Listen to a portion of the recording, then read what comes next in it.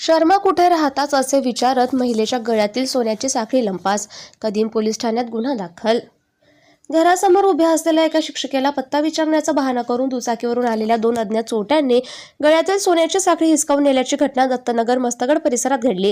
या प्रकरणी कदीम जालना पोलीस ठाण्यात गुन्हा दाखल करण्यात आलाय. पोलिसांनी दिलेल्या माहितीनुसार संगीता भगवानसिंग डोभाळ या शिक्षिका आहेत. 21 जुलै 2026 रोजी रात्री सुमारे 9 वाजता त्या मामादेवी मंदिराजवळील दूध विक्री केंद्रातून दूध घेऊन घरी परतल्या होत्या. घरासमोर उभ्या असताना दुचाकीवरून आलेले 2 अनोळखी इसम त्यांच्या जवळ आले.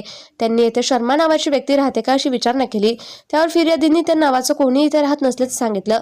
याच वेळी दुचाकीच्या मागे बसलेल्या इसमाने त्यांच्या गळ्यातील सुमारे 19.990 ग्राम वजनाची आणि अंदाजे 40,000 रुपये किमतीची सोन्याची मिनी गंठन साखळी हिसकावून घेतली. दोघेही दुचाकीवरून वेगाने पसार झाले. घटना घडताच फिर्यादींनी आरडाओरडा केली आणि घरात जाऊन पती भगवानसिंग डोभाळ यांना प्रकार सांगितला. त्यानंतर त्यांनी आपत्कालीन क्रमांक 112 वर संपर्क साधला. घटनास्थळी पोहोचलेल्या पथकानं पोलीस ठाण्यात तक्रार देण्याचा सल्ला दिल्यानंतर कदीम जालना पोलीस ठाण्यात फिर्याद दाखल करण्यात आली. या प्रकरणी 2 अज्ञात आरोपींविरुद्ध चोरीचा गुन्हा दाखल करण्यात आला असून पुढील तपास कदीम जालना पोलीस करतायत.